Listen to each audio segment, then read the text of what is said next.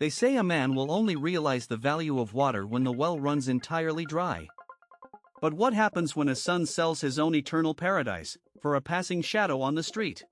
This is the tragic story of Ammar. A boy raised not on wealth, but on the blood, sweat, and starvation of his parents. For 20 years, Tariq wore shoes with holes in them, and Zainab slept on a broken bed with an empty stomach, just so Ammar could eat meat, wear fine clothes, and drive a beautiful car. They built him a life like a king, out of the ruins of their own youth.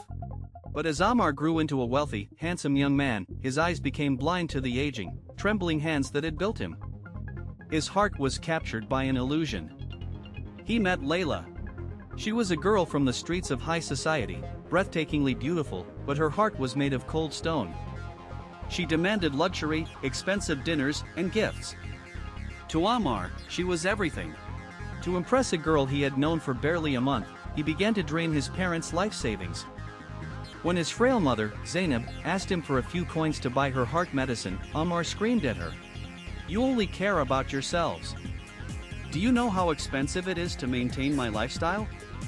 He snatched the last of his father's pension money from the drawer, leaving his parents in tears, just to buy a gold necklace for a girl who wouldn't even remember his name in a year. The arrogance of youth had completely poisoned his soul. Then came the night the heavens wept. A violent, freezing thunderstorm hit the city. In the middle of the night, Zainab clutched her chest, gasping for air. Her heart was failing. Tariq, panicked and trembling, ran to Ammar's room. He fell at his son's feet, weeping. "Ammar, your mother is dying. Please, bring the car. We need to go to the hospital." But Ammar was standing in front of the mirror, wearing his finest suit, spraying expensive perfume. He looked down at his crying father with sheer annoyance. "I can't right now," Ammar snapped coldly. "Layla is waiting for me at the Grand Restaurant. It's her birthday. Call an ambulance or take a taxi. If I don't go, she will leave me." Tariq grabbed his son's legs, begging, "She will not survive the wait. Ammar, she is your mother. The paradise beneath her feet is slipping away." Ammar violently kicked his father's hands away. "Stop overreacting," he yelled. He grabbed his car keys, walked past his gasping mother without a single glance, and drove off into the storm. He arrived at the luxury restaurant, presenting the stolen gold to Layla. She smiled her fake, beautiful smile. But during the dinner, Ammar received a call from his boss. His company had gone bankrupt. He was fired instantly. His bank accounts were frozen. In absolute shock, his card was declined at the restaurant table. The moment the waiter humiliated him, the illusion shattered. Layla's sweet smile vanished instantly. She looked at him with pure disgust.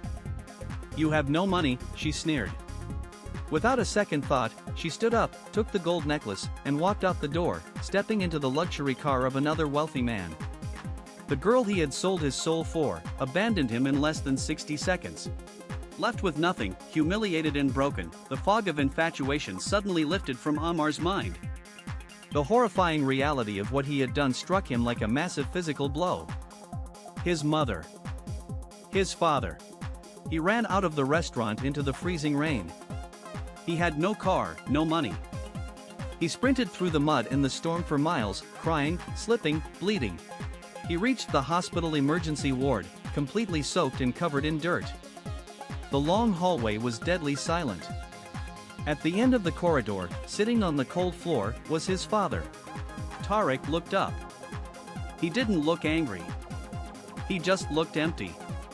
Tariq slowly shook his head, tears falling from his tired eyes into his white beard. "You are too late, Ammar," the old man whispered. "The doors of your heaven have closed." Ammar collapsed.